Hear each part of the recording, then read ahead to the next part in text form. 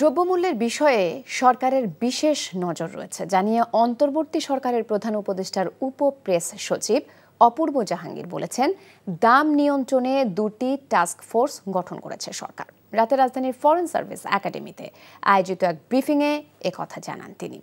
একই সঙ্গে অপূর্ব জাহাঙ্গীর বলেন, দ্রব্যমূল্যের ঊর্ধ্বগতিতে অনেকেই হতাশ, দ্রুত পরিস্থিতি নিয়ন্ত্রণে আসবে এমন আশাবাদ জানিয়ে তিনি বলেন, এরই মধ্যে দেশের বাইরে থেকে ডিম আমদানি সহ প্রয়োজনীয় পদক্ষেপ নিয়েছে সরকার।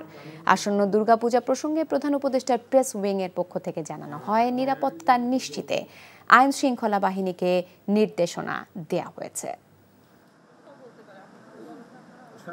দ্রব্যমূল্য বৃদ্ধির কারণে অনেকেই আপসেট, সেদিকে সরকারের বিশেষ নজর রয়েছে। বাণিজ্য মন্ত্রণালয় এবং ভোক্তা অধিদপ্তর যেটা অলরেডি টাস্কফোর্স, দুটো টাস্কফোর্স গঠন করা হয়েছে। একটা হচ্ছে জাতীয় ভোক্তা অধিদপ্তর এবং বাণিজ্য মন্ত্রণালয় মিলে, এবং আরেকটা হচ্ছে জেলা পর্যায়ে একটা টাস্কফোর্স গঠন করা হয়েছে। তারা সবাই সার্বক্ষণিক মনিটরিং করছে।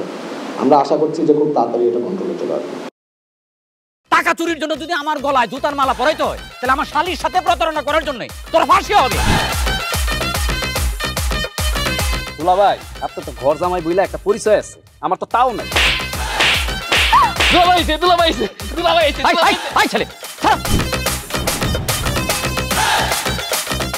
রাজনৈতিক ফ্যামিলির মেয়ে হয়ে ওই কাজ করবে।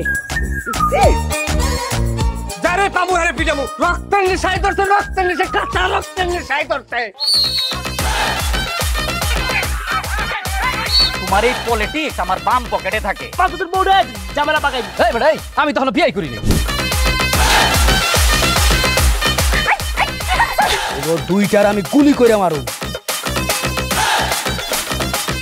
মাসুদরা কোনোদিন ভালো হয় না। আপনার পোশাক দেখে কিন্তু আপনার তালুকদার বংশের লোক মনে হয় না আব্বা, আপনার মনে হয় যে আপনি ফকির বংশের লোক।